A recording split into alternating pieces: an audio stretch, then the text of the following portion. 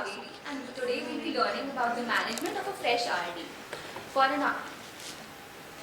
slide is not. For RD to occur, we need three things to happen. There should be a retinal break, there should be tractional force from the vitreous, and there should be existence of liquefied vitreous to be able to pass through the break into the subneurosensory space. There are various types of breaks. We can have a horseshoe shaped break, we can have a lattice with retinal holes, retinal dialysis, and a giant retinal tear.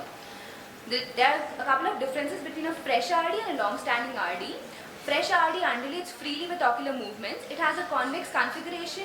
The appearance of the retinal vessels is darker. In a long RD, we'll have proper demarcation lines, and we can have depigmentation or hyperpigmentation of the RPE.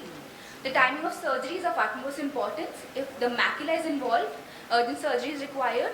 Since the tractional tears progress very rapidly, there also urgent surgery is required. But in certain cases, like retinal dialysis, some delay is acceptable. So the thumb rule is the sooner the better. The aim of the surgery is to counter the factors and forces that cause retinal detachment and to re-establish the physiological conditions that maintain the contact between the neurosensory retina and the retinal pigment epithelium. The principles of management are four. First is to identify all the breaks. Second is to relieve any vitreoretinal traction, seal all the retinal breaks, and tamponade. So the thumb rule again is find all the breaks and seal all the breaks.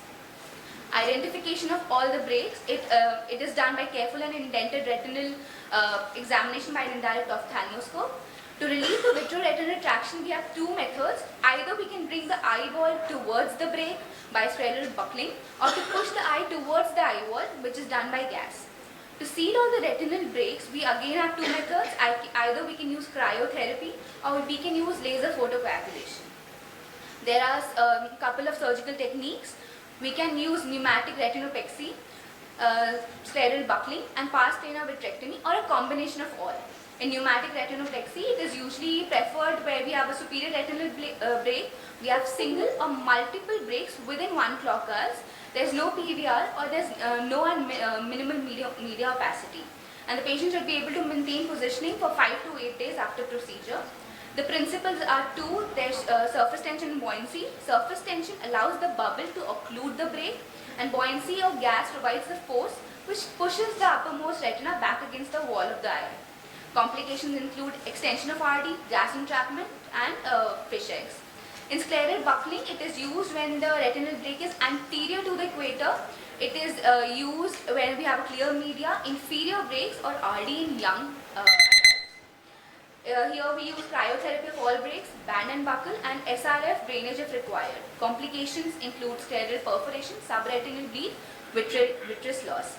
The last is pars plana vitrectomy. The indications are where we have posterior breaks, giant retinal tears, and non-clear media. Here we remove the abnormal traction bands. We do laser photocoagulation and tamponade with the help of gas or oil. The commonly used gases are C3F8, SF6, and oils are silicon oil.